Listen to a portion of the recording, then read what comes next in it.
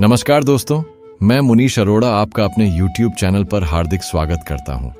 दोस्तों, क्या कभी ऐसा हुआ है कि आप किसी बात को लेकर बार बार सोचते रहे हों? जैसे कोई गलती, कोई फैसला या भविष्य को लेकर चिंता। अगर हां, तो आप अकेले नहीं हैं। आज की कहानी एक ऐसे ही इंसान की है जो अपनी चिंता के जाल में उलझा हुआ था, लेकिन उसे रास्ता दिखाया एक ऐसे संत ने जिन्होंने उसकी सोच को बदल कर रख दिया। तो चलिए शुरू करते हैं आज की प्रेरणादायक कहानी, अनिरुद्ध की उलझन और संत प्रबुद्ध का समाधान। बहुत समय पहले की बात है। एक पहाड़ी गांव में एक युवक रहता था, अनिरुद्ध। वह एक कुशल बढ़ई था। लकड़ी से सुंदर फर्नीचर बनाना, सजावट के सामान तैयार करना उसकी कला थी। गांव में उसके बनाए झूले और दरवाजों की खूब तारीफ होती थी। लेकिन अनिरुद्ध की सबसे बड़ी समस्या थी चिंता करना। हर सुबह उठते ही उसके मन में बवंडर सा उठता। अगर आज ग्राहक नहीं आया तो, अगर पैसे नहीं बचे तो, अगर मां को दवा ना दिला पाया तो, अगर शादी के बाद जिम्मेदारी न निभा पाया तो। हर अगर ने उसके आंच को छीन लिया था। वह अपनी दुकान में बैठता, काम शुरू करने से पहले ही सोचना शुरू कर देता, क्या होगा अगर यह काम खराब हो गया। धीरे धीरे वह डरने लगा, काम लेने से, फैसले लेने से, यहां तक कि रिश्तों से भी। रात भर करवटें बदलता। मां पूछती, बेटा ठीक तो है? वह मुस्कुराता और कहता, सब ठीक है। लेकिन भीतर से वह टूटा हुआ था। किसी भी बात पर आंखें भर आती थीं। एक दिन जब उसकी चिंता हद से ज्यादा बढ़ गई, उसने सोचा, अब कुछ करना होगा। वह गांव के एक ज्ञानी वैद्य से मिला।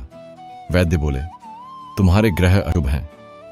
एक ज्योतिषी ने कहा, काल सर्प दोष है, पूजा कराओ।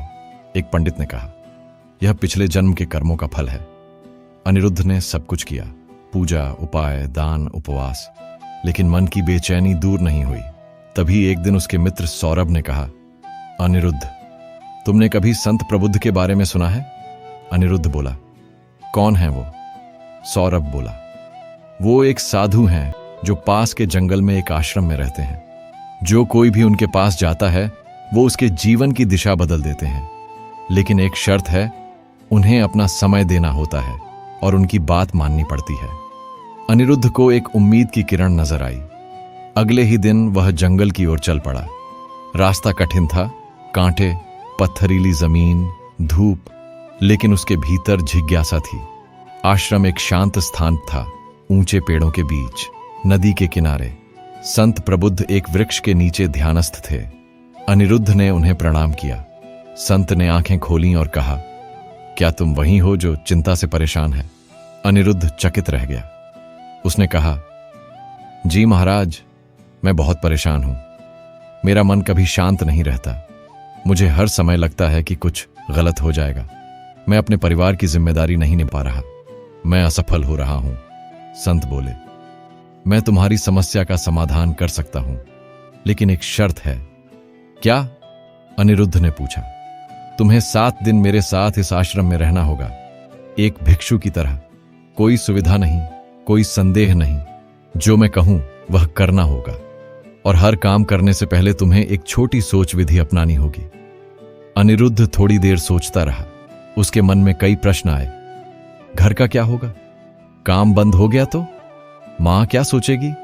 लेकिन फिर उसने खुद से कहा, अगर मैं इस चिंता से मुक्त हो गया तो शायद जीवन की बाकी सारी उलझनें भी सुलझ जाएंगी। उसने हामी भर दी। अगली सुबह से अनिरुद्ध ने एक भिक्षु की तरह जीवन शुरू किया। सफेद वस्त्र, कुटिया में रहना, दिन में 2 बार भिक्षा मांगना, आश्रम की सफाई करना। लेकिन संत प्रबुद्ध ने एक नियम दिया, हर काम करने से पहले 3 सवाल पूछने हैं। 1, यह काम क्या है? 2, क्या मैं इसे कर सकता हूं? 3, क्या इसके परिणाम पर मैं खुश रह सकता हूं? पहले दिन सब ठीक चला। उसने झाड़ू लगाई, सब्जियां काटी, गांव में भिक्षा मांगी। रात को जब वह संत प्रबुद्ध के पास बैठा तो बोला, गुरुजी, सब आसान था। संत मुस्कुराए, याद रखना बेटा, जिंदगी हर दिन एक जैसी नहीं होती। दूसरे दिन कठिनाइयां शुरू हुईं। जब वह भिक्षा मांगने गया, एक महिला चिल्लाई, काम करने की उम्र में भीख मांगते हो? शर्म नहीं आती? अनिरुद्ध को बहुत चोट लगी। वह सोचने लगा, मैं तो बस आदेश मान रहा था। फिर जब वह सब्जी काट रहा था, चाकू लग गया। जब वह सफाई कर रहा था, तेज हवा आई और पूरा आश्रम गंदा हो गया। हर दिन एक नई परेशानी, एक नया अपमान, एक नई थकावट। चौथे दिन रात को वह फूट फूट कर रोने लगा। गुरुजी, आपने कहा था यह अभ्यास मेरी मदद करेगा, पर हर दिन और कठिन होता जा रहा है। संत प्रबुद्ध ने शांत स्वर में कहा, अनिरुद्ध, यही तो तुम्हारे जीवन की तस्वीर है। तुम हर काम शुरू करने से पहले सोचते हो क्या होगा, लेकिन तुम यह भूल जाते हो कि परिणाम हमारे हाथ में नहीं होते। तुम भविष्य के उन भूतों से लड़ रहे हो जो अभी अस्तित्व में ही नहीं है। तुम्हें पता है डर क्या करता है? यह तुम्हें वर्तमान से काट देता है। तुम एक ही बात को सोचते हो बार बार, दिन रात, और अंत में कुछ भी नहीं कर पाते। अनिरुद्ध चुप रहा। वह समझ गया था बात उसके जीवन की है, सिर्फ आश्रम की नहीं। तभी संत ने कहा, अब बाकी 3 दिन तुम सिर्फ लक्ष्य तय करना और बिना सोचे काम पूरा करना। कोई बाधा आए तो रास्ता बदलो, पर रुकना मत। अब डर से नहीं, समझ से चलो। अगले दिन फिर भिक्षा मांगने गया। एक आदमी ने गालियां दी। इस बार अनिरुद्ध मुस्कुराया और आगे बढ़ गया। दूसरे घर से रोटी मिल गई। जब तेज हवा से आश्रम गंदा हुआ, उसने फिर से झाड़ू उठाया। काम अधूरा रहा तो दोबारा करूंगा। अब वह हर काम को वर्तमान में जी रहा था। 7वें दिन जब उसने संत को प्रणाम किया, उसकी आंखों में शांति थी। वह बोला, गुरुजी, अब मैं जानता हूं कि भविष्य की चिंता से ज्यादा जरूरी है आज की मेहनत। अब मैं सिर्फ सोचूंगा नहीं, करूंगा। संत मुस्कुराए। यही तुम्हारी विजय है। यही वह सीख है जो तुम अपने जीवन और अपने बच्चों को भी दे सकते हो। अनिरुद्ध अपने गांव लौटा। उसकी चाल में आत्मविश्वास था, उसकी आंखों में स्थिरता। अब वह काम करता, सोचकर नहीं, डर कर नहीं, बल्कि समझदारी से।